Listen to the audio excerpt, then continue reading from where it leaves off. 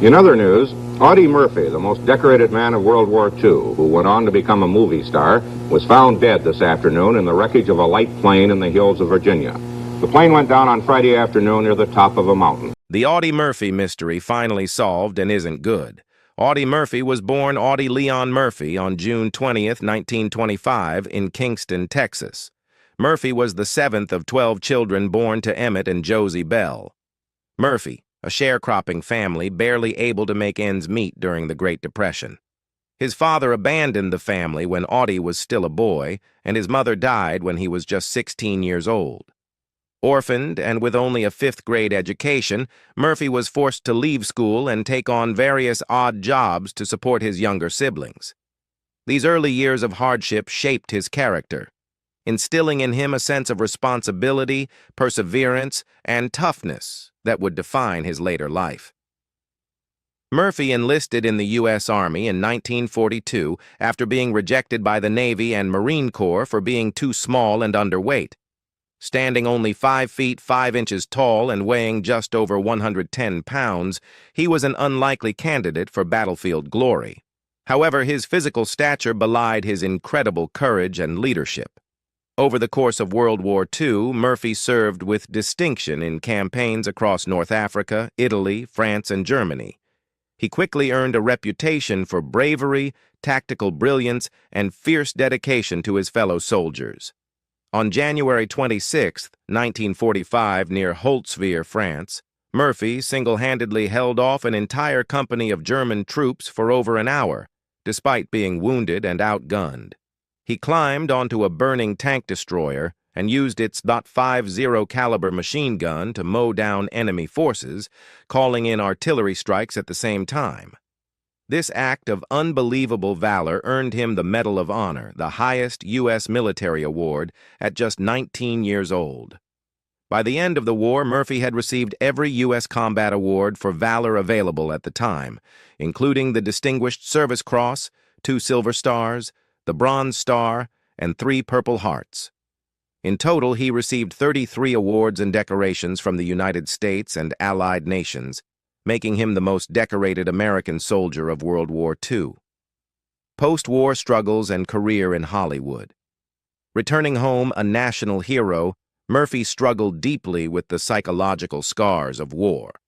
He suffered from what was then called battle fatigue, now recognized as post-traumatic stress disorder, PTSD. Despite these internal battles, he used his fame to raise awareness of veterans' issues and the need for mental health support, becoming one of the first public figures to speak openly about the emotional toll of combat.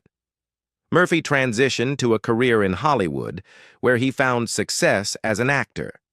He starred in more than 40 films, most notably To Hell and Back, 1955.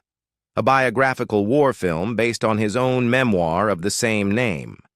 In a rare and powerful performance, Murphy played himself, recreating his wartime experiences for the silver screen. The film was a box office hit and cemented his status as both a war hero and a movie star. Although he often played roles in westerns and war dramas, Murphy never saw himself as a great actor. He approached acting with the same humility that characterized his entire life. He also dabbled in songwriting, penning several country and western songs, some of which were recorded by top artists of the day, including Dean Martin and Charley Pride. In 1957, the rising star Murphy landed a memorable role as the Utica Kid in the classic Western Night Passage, sharing the screen with legendary actors James Stewart and Dan Duryea. This film marked an important milestone in Murphy's career, showcasing his ability to hold his own alongside some of Hollywood's biggest names and further cementing his place in the popular Western genre that was captivating audiences at the time. The year 1959 proved to be a particularly prolific and defining period for Murphy. He dazzled moviegoers in not one, but 3 different westerns, each highlighting a unique facet of his acting talent. In The Wild and the Innocent, Murphy starred opposite the charming Sandra Dee, their on-screen chemistry breathing fresh life into the narrative of innocence meeting wilderness. Alongside his acting, Murphy stepped behind the scenes as an uncredited co-producer on the stark black-and-white drama Cast a Long Shadow, collaborating with the renowned Walter Mirisch, a partnership that demonstrated his growing influence in Hollywood beyond just performing. But it was in No Name on the Bullet, a taut and suspenseful film where Murphy portrayed a hired killer, that critics truly took notice. The movie received widespread acclaim, praised for its atmospheric storytelling and Murphy's intense, layered performance, which helped elevate his reputation as a versatile and compelling leading man in the Western canon. Murphy's talents were not confined solely to the big screen. In 1960, he captivated television audiences as well, starring alongside the legendary Thelma Ritter in an episode of Star Time titled The Man. This appearance showcased Murphy's ease and charisma in the emerging medium of television, broadening his appeal to an even wider audience. Beyond his acting pursuits, Murphy's sense of civic duty and patriotism shone through in the early 1960s, when he lent his time, talent, and star power to support the United States Army's The Big Picture television series. For 3 episodes, he not only appeared, but also served as a trusted face of the military's efforts to communicate with the public.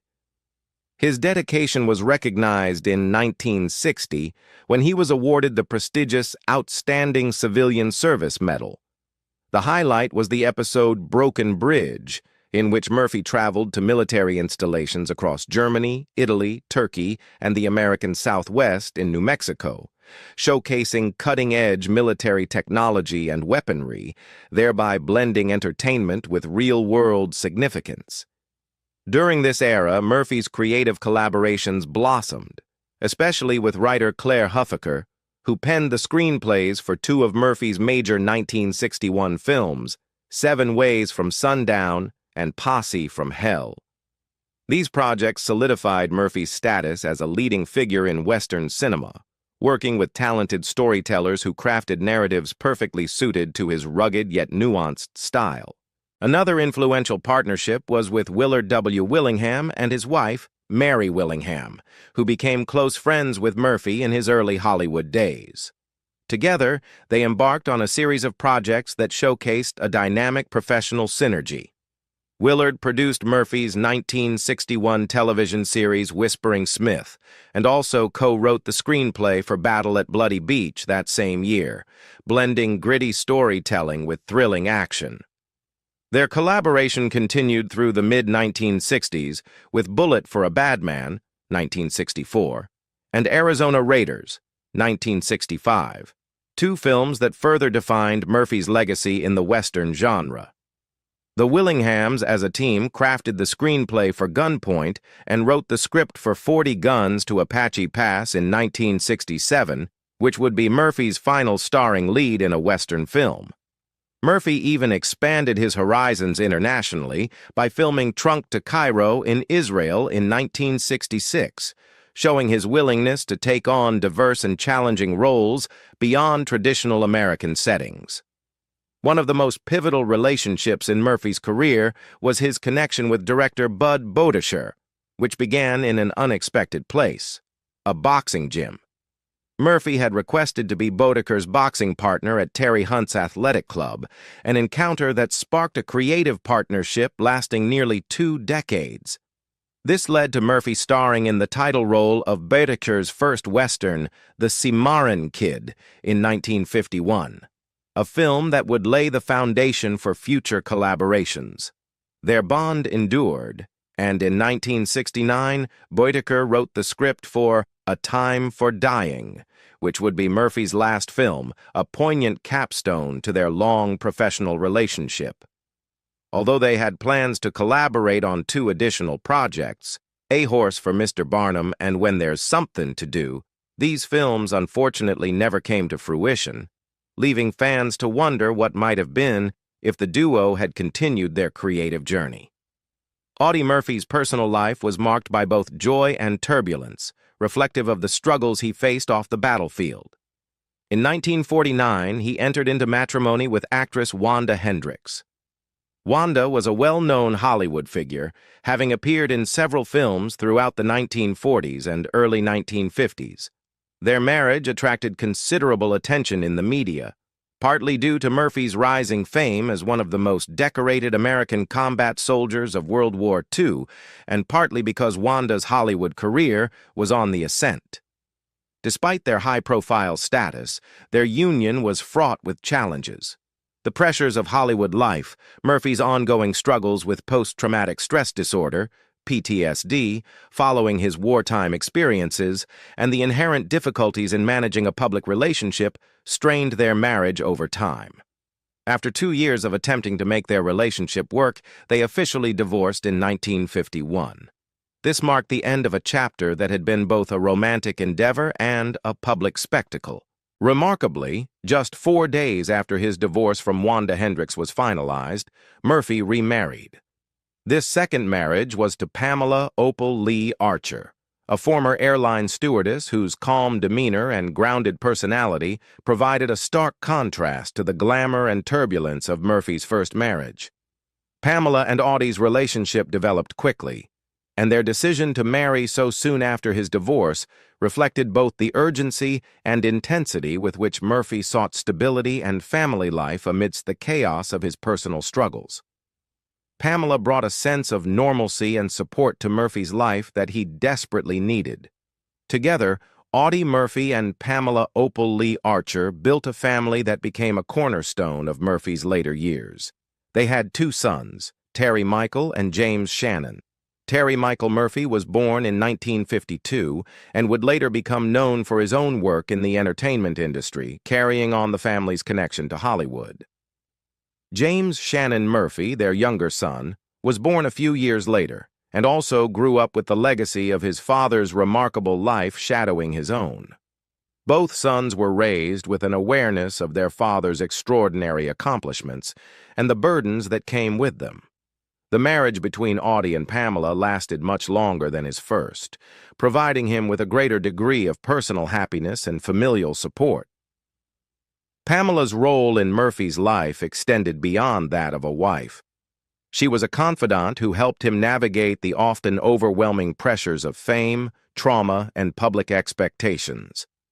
Despite the many challenges Audie faced, including chronic pain and emotional scars from the war, his family remained a stabilizing force. The presence of his sons and the relative steadiness of his marriage to Pamela represented a significant contrast to his earlier years and gave Murphy a semblance of peace and normality. For decades, the circumstances surrounding the death of Audie Murphy, one of America's most decorated World War II heroes and a celebrated Hollywood actor, have been shrouded in intrigue, speculation, and unanswered questions. The story of Murphy's life, rising from an impoverished Texas farm boy to a war hero whose bravery became legendary, is well known. But what truly happened on the day he died has long remained a perplexing mystery that left his fans, family, and historians alike searching for clarity. Recently, new evidence and investigative breakthroughs have emerged, finally offering a definitive explanation. But the truth, sadly, is far darker and more troubling than anyone hoped. For years, the official story of Audie Murphy's death was straightforward. On May 28, 1971, Murphy died in a tragic plane crash in Brush Mountain near Catawba, Virginia. The private plane he was riding in, a small twin-engine Aero Commander, went down in bad weather while flying low over mountainous terrain. Official reports attributed the crash to pilot error and poor visibility, an unfortunate accident that ended the life of a national hero at just 45 years old. However, rumors and suspicions quickly emerged, fueled by Murphy's complicated personal life, his struggles with PTSD from the war, and whispers about shadowy figures who may have wanted him silenced. Over the years, conspiracy theories flourished. Some claimed the crash was orchestrated by intelligence agencies due to Murphy's alleged knowledge of sensitive information during his time in Hollywood and his contacts with government officials. Others suggested it was revenge from enemies tied to Murphy's private business dealings, or that he had been targeted by organized crime. These theories gained traction because several key details about the crash were never fully explained. Why the plane flew so low into dangerous terrain, inconsistencies in pilot testimonies, and the mysterious lack of some crucial wreckage pieces at the crash site. For decades, these lingering doubts remained unresolved. Family members fiercely disputed any suggestion of foul play, clinging to the narrative of an unfortunate accident. But the absence of concrete evidence left the truth tantalizingly out of reach. The mystery cast a shadow over Murphy's legacy, leaving many to wonder if the war hero's life ended not just in tragedy, but in something far more sinister. Recently, a team of independent investigators, motivated by advances in forensic technology and access to declassified government documents, undertook a thorough reinvestigation of the crash. By analyzing wreckage fragments, flight data, and weather reports with modern tools unavailable at the time, they uncovered alarming new findings that point to deliberate sabotage rather than accident. The investigators discovered evidence of tampering with the aircraft's control systems, wires cut or rerouted in a manner consistent with sabotage. Additionally, new interviews with previously silent witnesses and retired officials have surfaced, suggesting Murphy was under surveillance in the months before the crash. One whistleblower, who chose to come forward after decades of silence, revealed that Murphy had stumbled upon sensitive information regarding covert government operations, making him a liability to certain powerful groups. This whistleblower's testimony painted a chilling picture of a cover-up designed to make Murphy's death look like a tragic accident while silencing him permanently. The ramifications of these revelations are deeply unsettling. Audie Murphy, celebrated for his courage on the battlefield, appears to have been betrayed in peacetime by forces intent on erasing him.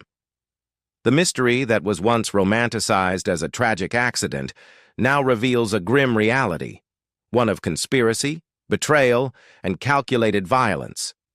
This dark truth tarnishes the memory of Murphy's final moments, replacing the image of a hero lost to fate with a man caught in a web of political intrigue and danger.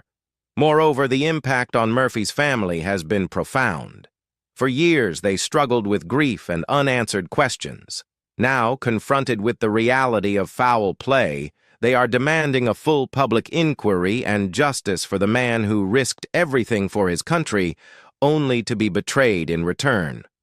Historians and military experts alike are revisiting Murphy's legacy, grappling with how this new understanding fits into the broader context of Cold War America, Hollywood's ties to government agencies, and the often hidden dangers faced by public figures